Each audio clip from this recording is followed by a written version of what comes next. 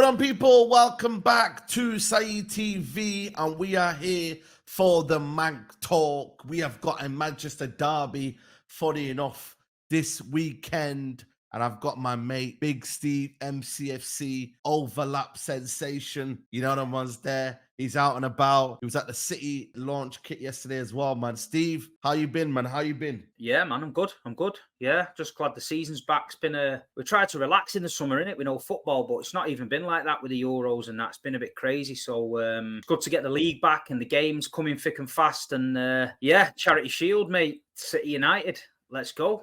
We've not seen Man United and Man City play in cup finals and, you know what I mean, like Wembley occasions for since the Yaya Toure moment. Even the one where we beat you in the Community Shield, remember Tom Cleverley? That's the last time. Yeah, that was over 12 years ago, 11, 12 years ago. And then all of a sudden, we're playing each other, 3 or 4 times in the last year or two. Yeah. It's mad, isn't it? It's weird because I feel like football's just come around so quickly, man. I don't know if that was just me, but our team's actually ready for the season. Is this going to be one of them slow starters? I don't think the teams are ready. That if you're a top 6 team and you've got a lot of international players, your players are literally just coming back this week, so you're definitely not ready for it. That's just UEFA and FIFA cramming as many games in as they can, so that's a bit of a nightmare. But I don't think City are ready. I think you look at the team we took abroad to America, it was 80% kids. Now literally the lads are just coming back this week, so it'd be interesting to see what team he puts out. Bernardo Silva, the Portuguese boys, only just come back. De Bruyne only came back as well. I think he didn't go pre-season or whatnot. Same with a few lads of ours. A lot of them didn't come. We had one injury over the tour as well, so it hasn't been ideal. We've got to get cracking, you know what I'm saying to you? It is what it is. It's almost like we're here now, Community Shield. We're not going to be shameless like the Arsenal fans. We're not going to start celebrating outside, you know what I mean? Remember last time when you were there, mate? Them Arsenal fans. Arteta, they were all outside the gate waiting for the coach to come out, and Arteta was on the front of the coach with the shield at the window. They were all like, Arsenal.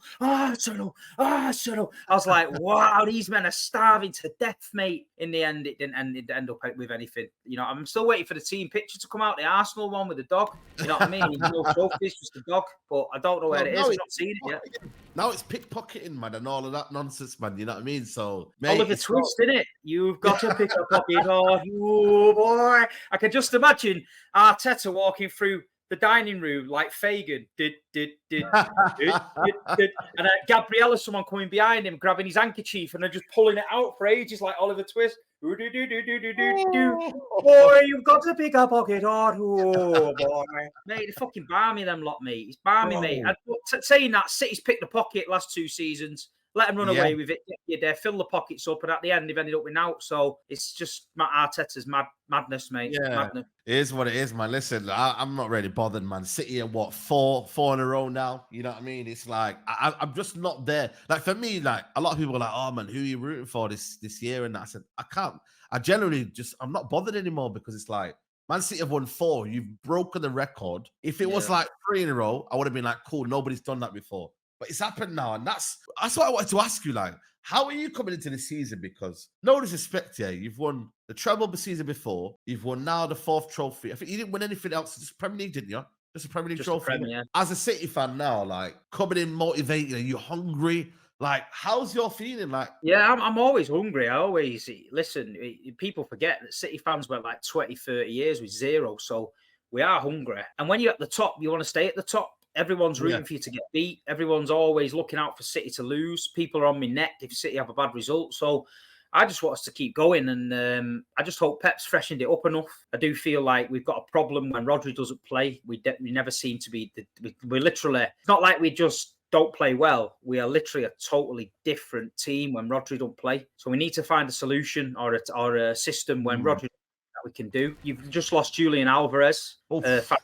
Money, mate. You know what I mean? Hey, generally, I know there's a lot of people out on their social media and that talking about it's not fair and this and that, but fuck me, man. 95 million euros. You got it for 14. Yeah, but look, you got to look though, right? Look at what Chelsea paid for Fernandes. Yeah. Look at what Chelsea paid for Caicedo. Yeah. You're getting Alvarez cheaper than them two. Alvarez has won everything. World Cup, Copa America, Champions League, FA Cup, Premier League, he's won everything. So you're getting a young talent like that for 95 million euros, cheaper than Saicedo and Fernandes. So when you put it into that we bought context, Anthony for that price anyway, so exactly. So listen, it's you ain't gonna go Real Madrid now and get Hendrick or someone for that money. They won't sell him. But we sit there. He was our backup striker, whether you like it or not. He was a backup. And the thing is with him, we tried him on the wing, we tried him up front, we tried him just behind, and he did okay. And he did a job and he scored goals. But that kind of money, you can't turn it down. So we've just said, you know what? He probably deserves to be number one striker somewhere. He's never going to get ahead of Erling. He's excelled faster than what we thought. And we've got absolute superb money for him. So for me, I wish him all the best in the world. I think he'll go to Atletico and end up a superstar. Man City fans can't complain. And now we've got a big chunk of money. We already had a chunk of money sat there, but we've even got a bigger chunk now. So if something becomes available now, I think City will move on it. Yeah, I was going to say, man, it leaves the door open for maybe an extra midfielder, maybe a second striker, because Haaland, because he might get these little niggles throughout the season. You could have that license to go buy maybe a forward. So it could be a late one, but then Guardiola doesn't really do late signings, does he? When did you buy him last summer? Did you buy him late? Yeah. And the thing is with him, I feel like he might think Oscar Bob could be that solution where he could come in up front or just play behind Haaland. I don't think we're going to sign him on right away. We got to the end of August, so I feel like he'll play the first few games, weigh it up a little bit. But we got Savinho, who can play in there. Calvin Phillips could leave. Cancelo could leave. We could end up with an absolute fortune. I was going to say Cancelo's back in it. I don't know obviously if he's found a club or not. You know what I mean? But he's still lurking around and that. Calvin Phillips, listen, he's been playing all right pre-season, but that's pre-season at centre back. I definitely think that midfield area, if you lose Rodri, it's looking a bit. But then again, the problem you've got, Saeed, the problem you've got with no player, so like Zubimendi or someone like that, he's not going to come to City and know that he's second to Rodri. So elite players ain't going to come. Nobody wants to come to face Rodri. It's like City now. No striker wants to come. No elite striker wants to come and back up to Haaland. So what you've got to try and do is you've got to try and find someone that's not quite established yet, who's a bit younger, who could accept that, okay, Rodri's the main man, but I'm going to come in on Carabao Cup games, later in the Champions League games, Premier League games against lesser opposition and do the job. And it's hard to find. So we've got a couple of academy kids, Nico O'Reilly, etc., that I think may be around the first team this season that maybe Pep could get to shadow Rodri. I think someone needs to shadow Rodri and learn off Rodri. If I'm Pep, I'm putting O'Reilly with Rodri every day in training. I'm seeing how he goes about his business. To come out City. Yeah, but I don't think he's a DM as such. I think he's a little bit further forward than that. But the way Pep's talking is that he could possibly do that. So, I feel like it's just a matter of time where Pep might have to just coach one of these youngsters into being that player rather than just go and buy someone off the shelf. Well, you know what? I was just asking you about the transfer window because I feel like it's probably one of the worst transfer window in many, many years. I mean, we had a PSR transfer window that came about in was it January? Yeah, in June time. Like, what have you made of it? Because I just thought, for me, we're haggling around, we're waiting around to make signings and whatnot. But I feel like it's been one of the worst transfer windows I can remember for me. It's FFP. It's ruined football. It's ruined the transfer window. It's ruined transfer deadline day. It's ruined anyone's dreams of somebody coming in and buying your club and pumping a load of money in and winning the league. It's basically just boring now. You're getting Chelsea selling hotels back to themselves. They sold the women's team back to themselves.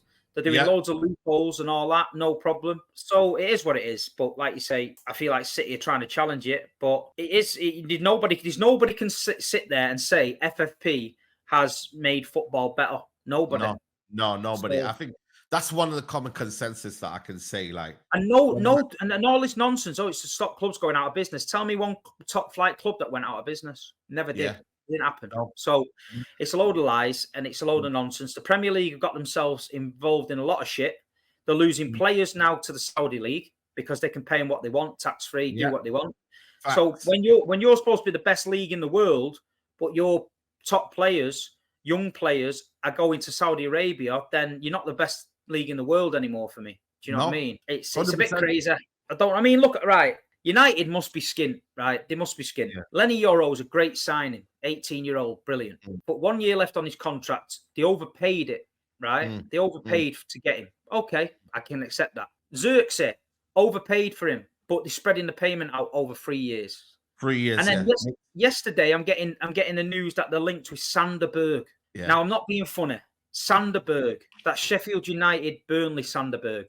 I said to Traps in the car, me and Traps had a row in the car. Yeah. I said, your fucking standards of a football club are in the mud if you are trying to tell me that Sander Berge is a good player. And he got a stat up and said, Sander Berge is in the top 3 forward passing players in the Premier League. He said, you need to get out of the car and fucking walk right now, because you ain't convincing me that Sander Berge's the one. And then after that, we went and sat with Paul Scholes, who was probably one of the best midfielders in the world. Yeah, no. Scholes, he knows the game, man. But like I say, Sander Berge and De Ligt. He played well for Burnley last year, though, man. You must have been watching him on the company. You know what I mean? Yeah, but it's not that. It's an Amrabat a kind of signing. Amrabat played well in the FA Cup. You know, he's still lurking around. You know, like he could be coming back. He in the FA Cup finally had a good game. But what about the 30 odd other fucking games before that? You can't just be blinkered.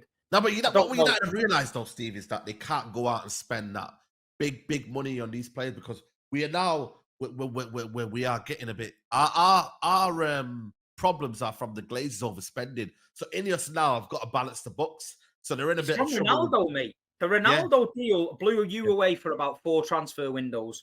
That budget wasn't there, mate, for him. He went and got it, and it didn't work. And now they're paying the price. If you look at the signings he's going for, Matarazzo from Bayern Munich is old Ajax player. De Ligt, old Ajax player.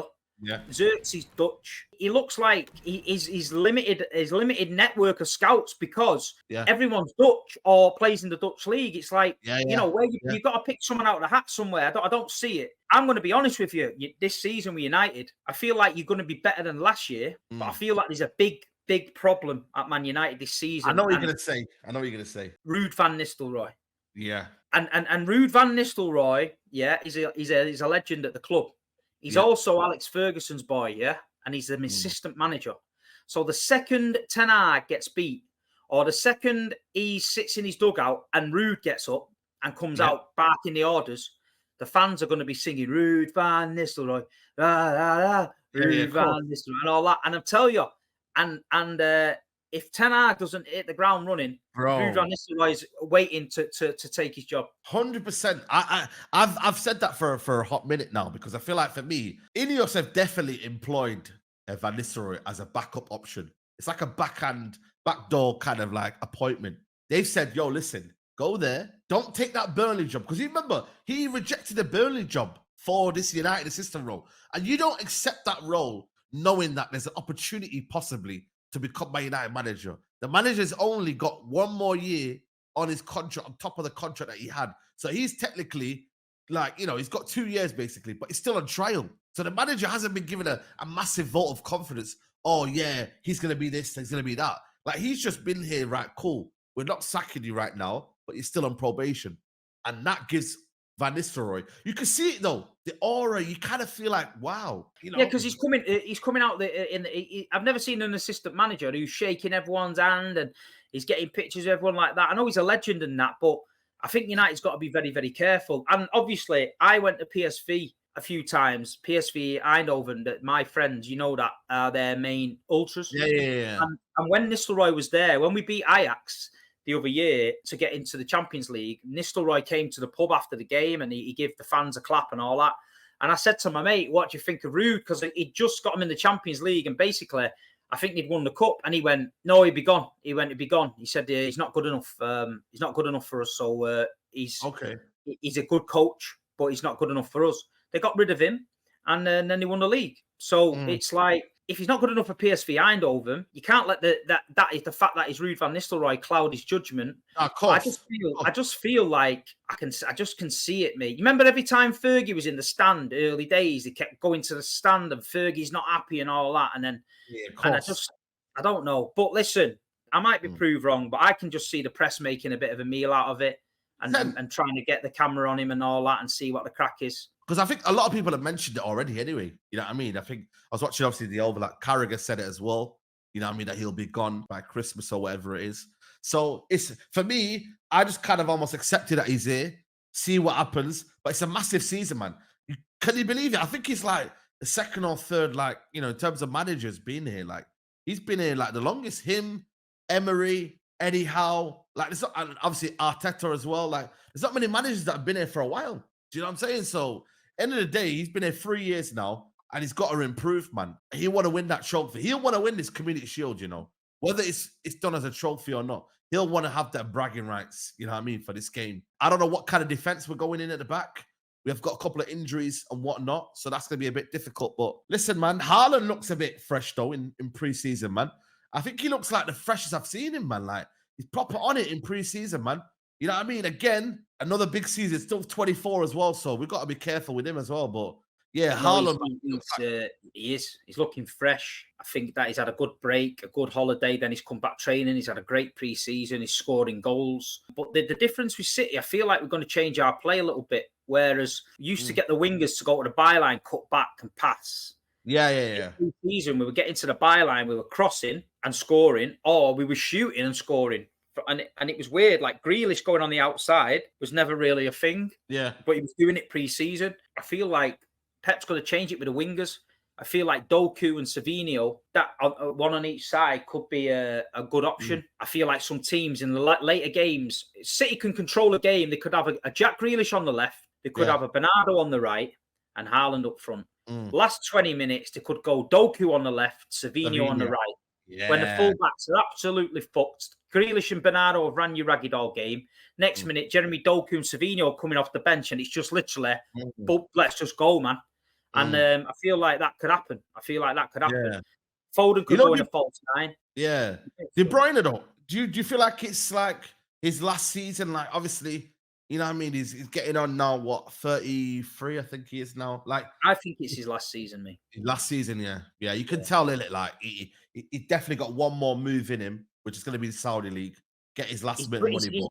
He came back from injury last season, and I think he got something ridiculous assist-wise. I know. Mad. But there needs to be a passing of the baton. The younger ones need to come into the midfield. And if Kevin has to just have a bit part role this season, listen, don't get me wrong. You know, there's games where you could play De Bruyne at home against the lower teams and he'll smash it. And if you have to save him then for the big ones and things like that, do it. But that's no disrespect to De Bruyne. He's probably one of the best players we've ever seen in the Premier League ever. There comes a time where you can't flog him like you used to because he's had that bad hamstring injury. You all seen the scar on his leg. In later games, he asking to come off against Real Madrid. He was fucked. Coming off in cup finals, tired. You know, it's like, it's just old age, mate. And some players go gracefully and some don't. You look at Casemiro for you. I know. First season he come in, you thought, fucking hell, he's took United to the next level. Season after, boom.